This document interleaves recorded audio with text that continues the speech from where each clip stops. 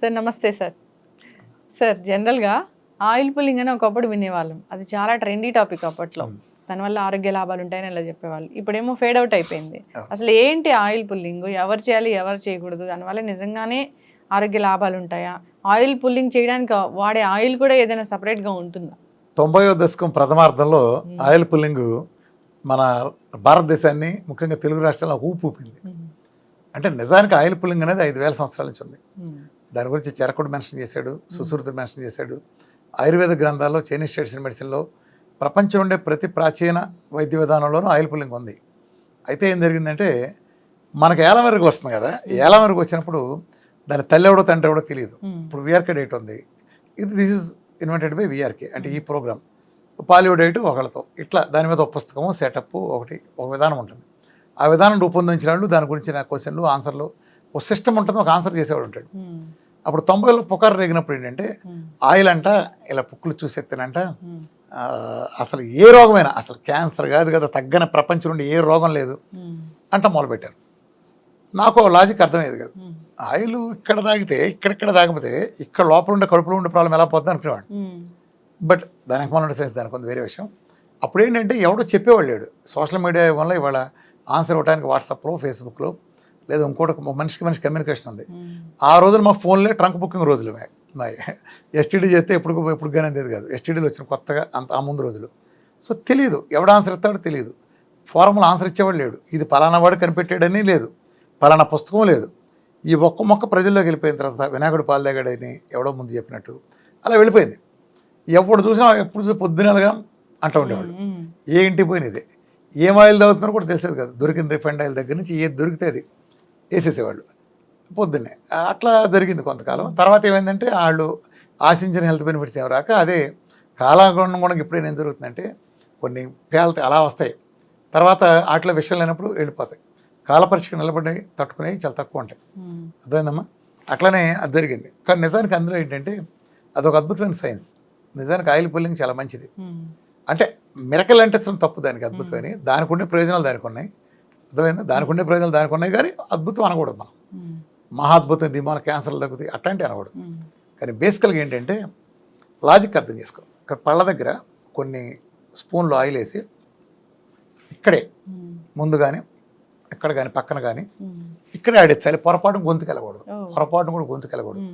ఈ ఆయిల్ ఏమవుతుందంటే పళ్ళని ఎప్పుడైతే బాగా చేసామో మిగతా రోగాలు ఏమో కానీ పంటికుండే గమ్ డిసీజులు కానీ ఇంకా ఇతరత్ర ఇన్ఫెక్షన్స్ కానీ నోటుకుండేవి, నోటు క్యాన్సర్లు ఉండేవాళ్ళకి కానీ లేదా ఇతర నోట్లో ఇన్ఫెక్షన్స్ ఉండేవాళ్ళకి కానీ అద్భుతంగా పనికొస్తాయి. అందులో డౌటే లేదు. పంటికి సంబంధించిన ఏ ప్రాబ్లం ఉన్నా కూడా పంటికి సంబంధించి ఇదేం చేస్తుందంటే ఎప్పుడైతే పుక్కులు ఇస్తామో అదంతా ఆ ఫోర్స్కి దాన్ని లోపలంటి పెట్టుకునే, అది కూడా కాన్స్టెంట్ ఫోర్స్. నువ్వు బ్రష్ చేసినట్టు కసేపే చేస్తావు, అన్నా కసేపే ఉంటుంది, నిమిషం మించేవి కదా. ఎప్పుడైతే ఇది ఎంతసేపు చేస్తారంటే ఒక 20 నిమిషాల నుంచి 25 నిమిషాలు చేశారు, అరగంట. ఈ 20 నిమిషాలు ఏమవుతుందంటే ఆ చిన్నది ఏదైనా అంటి పెట్టుకునే సోషం ఉన్న ఈ ఆయిల్ ఎప్పుడైతే విపరీతం ప్రెషర్, అది కూడా అన్ని యాంగిల్ నుంచి, ఇటు యాంగిల్ నుంచి పైన కింద ఆ విపరీతం ప్రెషర్ పెట్టావో అది ఊడేసి దాంట్లోకి వచ్చి దాన్ని అంటుకుపోతుంది. అది కూడా గమ్ము కాబట్టి ఆయిల్ అనేది గమ్ముకి అంటుకుపోతుంది. అంటుకుపోయిన తర్వాత ఏంటంటే తర్వాత మనం దాన్ని ఊసేస్తాం. ఊసినప్పుడు పొరపాటు కూడా షింకులో కానీ డ్రైనేజ్ సిస్టంలో పోయకూడదు దాన్ని. నువ్వు టాయిలెట్లో కానీ డ్రైనేజ్లో కానీ దేంట్లో ఊసినా కింద గడ్డగట్టిపోతుంది. వెంటనే అది ఆ పైపులో కిందే కొబ్బరి నూనె కింద కంటే దిగదు, అది నీళ్ళలో పడగానే గడ్డగట్టిపోతుంది. ఆయిల్ గడ్డగట్టిపోగానే దాంతో ఏం మడ్డి పైనుంచి వస్తే దాన్ని అంటేసుకుని పట్టేస్తుంది. నువ్వు అతి తొందరలో నువ్వు దాన్ని పైపు మార్చాల్సిన పరిస్థితి వస్తుంది. డ్రైనేజ్ సిస్టమ్ మొత్తం దెబ్బతీస్తుంది. కాబట్టి ఆయిల్ పుల్లింగ్ చేసిన వాళ్ళు ఎవరైనా మట్టిలో ఊయాలి, గడ్డిలో కానీ మట్టిలో కానీ ఇసుకలో కానీ, లేదంటే ఒక సంచిలో వేసి దాన్ని సీల్ చేసి డస్ట్బిన్ పడాలి. ఒక ప్లాస్టిక్ ఏదైనా దాంట్లో పోసేసి చేయాలి ఆయిల్ పుల్లింగ్. ఆయిల్ పుల్లింగ్ చేసేటప్పుడు తీసుకునే ముఖ్యమైన జాగ్రత్త ఏంటంటే గొంతుకు అసలు టచ్ కాకూడదు. ఎందుకంటే ఈ ప్యాథోజన్స్ అన్ని క్లీన్ చేసి ఇది ఆయిల్లో పడి తిరుగుతాయి. నువ్వు ఊసేసిన తర్వాత అది ఇక్కడికి వెళ్ళిందంటే అక్కడ టెస్ట్ వస్తాయి, లేనిపోయిన ఇన్ఫెక్షన్లు వస్తాయి. కాబట్టి ఈ జాగ్రత్త తీసుకున్న వాళ్ళే కావాలంటే మొదట తక్కువ సేపు చేయాలి. ఇది మొదట్లో 15-20 నిమిషాలు అందరూ చేయలేరు కాబట్టి తక్కువతో మొదలుపెట్టి ఎక్కువ తీసుకెళ్ళచ్చు. నేనైనా ఖచ్చితంగా నోటి క్యాన్సర్ ఉన్న వాళ్ళకి, నోట్లో బాగా ఇన్ఫెక్షన్ ఉన్న వాళ్ళకి, ఈ గమ్ డిసీజ్ లాంటి వాళ్ళకి తీవ్రమైన దుర్వాసన వస్తూ ఉంటుంది, వీళ్ళకైతే కంపల్సరీగా సజెస్ట్ చేయొచ్చు. అది ఏం సజెస్ట్ చేయాలి? ఏ ఆయిల్ పడితే ఆయిల్ కాదు. ఒకప్పుడు నువ్వుల నూనె కాదు, రిఫైండ్ ఆయిల్ కాదు, ఏది దొరికితే అది పారాషూట్తో సహా చేశారు. ఒరిజినల్ కొబ్బరి నూనె ఒక్కడ కూడా చేయలేదు. సో ఒరిజినల్ కొబ్బరి నూనె ఇప్పుడు నేను చెప్పే మన డైట్కి అనుగుణంగా చేసిన కురుడి నుంచి చేసిన అద్భుతమైంది. ఆ అద్భుతమైన ఆయిల్ కురుడి నుంచి చేసిన మన వీఆర్కే డైట్స్ కోసం తయారు చేసిన ఆయిల్స్ ప్రపంచంలో మనం ఒక్కళ్ళే చూద్దాం ఆ డిఫరెన్స్ ఇంకెవరు చెప్పరు. ఆ ఆయిల్ కనుక తీసుకుని చేస్తే ఎందుకుని చేయాలి? కొబ్బరి నూనెలో చేస్తే ఉపయోగం ఏంటి తెలుసా? తల్లిపాలల్లో నుంచి ఒక పిల్లడు బయటకు వచ్చిన తర్వాత తల్లిపాలలో దొరికే కంటెంట్ మోనోలారిక్ యాసిడ్ అని ఉంటుంది. మోనోలారిక్ యాసిడ్ అంటే యాక్చువల్గా మనకి కొబ్బరి నూనె, దాని తర్వాత తల్లిపాల తర్వాత ఉండేది కొబ్బరి నూనెలోనే ఉంటుంది. అలానే తర్వాత మిగతా కొన్ని పాలల్లో బటర్లో కూడా ఉంటుంది.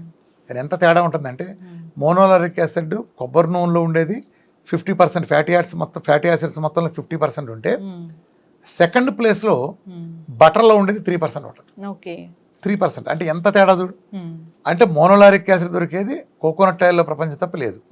మోనోలారిక్ యాసిడ్ ఎందుకు గొప్పదంటే, కొబ్బరి నూనె అసలు ఎందుకు గొప్పదంటే, కొబ్బరి నూనె సాచురేట్ ఫ్యాట్ అయ్యి కల్తీ చేయడానికి వీలు లేకుండా ఉంటుంది ఒకటి.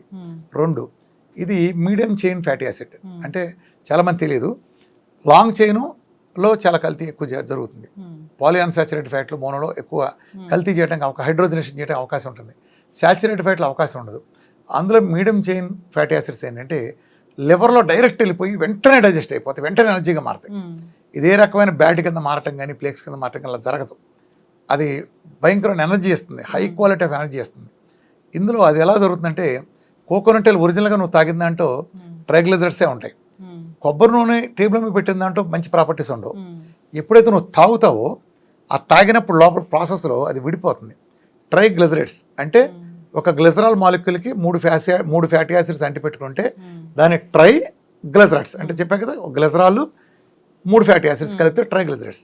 అది లోపలికి వెళ్ళాక డైగ్లిజరైడ్స్గా కన్వర్ట్ అవుతుంది. అంటే 2 ఫ్యాటీ యాసిడ్స్ ఒక గ్లిజరాల్తో కాంబినేషన్. ఆ తర్వాత అది మోనోగ్లిజరైడ్గా మారుతుంది. మోనోగ్లిజరైడ్ అంటే ఒక గ్లిజరాల్కి ఒక ఫ్యాటీ యాసిడ్ ఉంటుంది. ఇది అలానే ఫ్రీ ఫ్యాటీ యాసిడ్స్ ఉంటాయి. ఈ ఫ్రీ ఫ్యాటీ యాసిడ్స్ మోనోగ్లిజరైడ్స్ మాత్రమే అద్భుతమైన హీలింగ్ పవర్ ఉంటాయి. ప్రపంచంలో భయంకరమైన anti bacterial anti microbial functions కలిగి ఉండే శక్తిని సంతరించుకునేది మోనోలారిక్ యాసిడ్. ఇది చాలా తెలివిగా ఉంటాయి, చాలా చిన్నగా ఉంటాయి. సో అందులో ఉండే మోనోలారిక్ యాసిడ్ ఉంటుంది కాబట్టి ఈ ప్రపంచంలో తల్లిపాలలో శిశువుకు రక్షణ ఇచ్చే ఒకే ఒక మోనోలారిక్ యాసిడ్ మళ్ళీ ఉండే 50% ఉండే కోకోనట్ ఆయిల్ కాబట్టి ఈ కోకోనట్ ఆయిల్ పుల్లింగ్ చేసినప్పుడు బ్యాక్టీరియాని జర్మనీ అద్భుతంగా చంపగలుగుతుంది. బ్యాక్టీరియాని జర్మ్స్ ఎలా చంపగలుగుతుంది అంటే, బయట నుంచి వచ్చే బ్యాక్టీరియాలకు కానీ వైరస్లకు కానీ దానిపైన ఒక లిపిడ్ లేయర్ ఉంటుంది. ఇదేం చేస్తుందంటే, మీరు యాంటీబయాటిక్స్ కనుక వాడితే యాంటీబయాటిక్స్ టోటల్ కడుపు ఉండే ఏరియాని అంతా పాయిజన్ చేసి మంచి మైక్రోబియంని చెడ్డదాన్ని రెండింటిని చంపుతాయి. చెడ్డ బ్యాక్టీరియా మంచి బ్యాక్టీరియా రెండింటిని చంపుతాయి. దానికి మొత్తం పాయిజన్ చేయడం ద్వారా ఒక చెరువులో పాయిజన్ కలుపుతావు నువ్వు పందులు చచ్చిపోవాలని, అది దగ్గర జింకలు కూడా చచ్చిపోతాయి. ఉదాహరణ చెబుతాను, అర్థమైంది? అట్లానే అది యాంటీబయాటిక్స్, అది హానికరం. దాని సైడ్ ఎఫెక్ట్లు ఉంటాయి, చాలా తర్వాత వేరే మందులు వాడాలి. ఇది ఎలా చేస్తుందంటే, కొబ్బరి నూనె నుండి మోనోలారిక్ యాసిడ్ దీనికి ఒక కన్నింగ్ నేచర్ ఉంటుంది. ఇది వైరస్ లాగానే ఆ వైరస్ని భ్రమపెడుతుంది. ఆ వైరస్ పక్కన చేరి వైరస్లు చేరుతుంది. అలానే బ్యాక్టీరియాను కూడా అలానే పైన లిపిడ్ లేయర్ ఉంటుంది కదా, ఇది దాంట్లో చేరి దాన్ని కన్నింగ్గా మోసం చేసి లిపిడ్ లేయర్లో దూరి దానిలో బద్దలు కొట్టేస్తుంది లోపలికి వెళ్ళి. అంటే వాతాపెల్ల కడుపులోకి వెళ్ళి బద్దలు కొట్టుకు వస్తాడు, ఆ టైప్లో లోపలికి వెళ్ళి జీర్ణం ఇచ్చేసేస్తుంది. ఆ బద్దలు కొట్టగానే ఆ వైరస్ కానీ బ్యాక్టీరియా కానీ ప్యాథోజన్ బయట నుంచి వచ్చిన అలా చచ్చిపోతుంది. ఆ చచ్చిపోయిన డెబ్రిస్ని WBC క్లీన్ చేసి పడేస్తాయి. సో మంచి మైక్రోబియంకు లిపిడ్ లేయర్ ఉండదు కాబట్టి ఇది దూరు బద్దలు కొట్టడానికి ఏమి ఉండదు. కాబట్టి అది ఏమీ జరగదు, ఎటువంటి హాని జరగదు. సో ఇది బేసికల్గా. అందుకని ఆయిల్ పుల్లింగ్ చేసేవాళ్ళు ఓన్లీ కొబ్బరి నూనెతో చేస్తే మాత్రం ఫలితం ఉంటుంది. ప్రపంచంలో రెండో ఫలితం ఏంటంటే ఫేషియల్ యోగా. విపరీతంగా అరగంట సేపు మనకు మొహం వాడిస్తే ఈ రక్తనాళాలను విపరీతంగా యాక్టివేట్ అయ్యి ఫేస్లో ఒక రకమైన సాయిబాబాకి వచ్చిన లైటింగ్ టైప్ వచ్చేస్తుంది. సాయిబాబా వెనక నుంచి వస్తే ఇటు మొహంలోంచి వస్తుంది డైరెక్ట్. ఆ బొగ్గలన్నీ ఆడతాయి కదా. సో ఏ విధంగా చూసినా అది పూర్తిగా శాస్త్రీయం. ఒకవేళ దాని గురించి సందేహాలు ఉన్నా రామకృష్ణ హెల్త్ మమ్మల్ని క్రానిక్ డిస్తున్నాడు పర్సనల్గా చేస్తే మేము చేస్తున్నాం, మేము దగ్గరుండి ప్రోటోకాల్ చూపిస్తాం. ఎస్, ఖచ్చితంగా సార్. చాలా చక్కటి ఇన్ఫర్మేషన్ అండి. సో ఆయిల్ పుల్లింగ్ ఒకప్పుడు కదేమో అనుకున్నాము, ఆయిల్ పుల్లింగ్ అనేది చేయొచ్చు, దానివల్ల ఆరోగ్య లాభాలే ఉన్నాయి. కానీ చేసే పద్ధతి అనేది కరెక్ట్గా మీరు చెప్పినట్లు ఫాలో అవ్వాలని కోరుకున్నాం. అంతేకాదు ఏ నూనె పడితే ఆ నూనెతో ఆయిల్ పుల్లింగ్ చేయకూడదు, స్వచ్ఛమైన కొబ్బరి నూనెతో చేయాలి. Original coconut. ఎస్, చక్కటి ఇన్ఫర్మేషన్ అండి, ధన్యవాదాలు.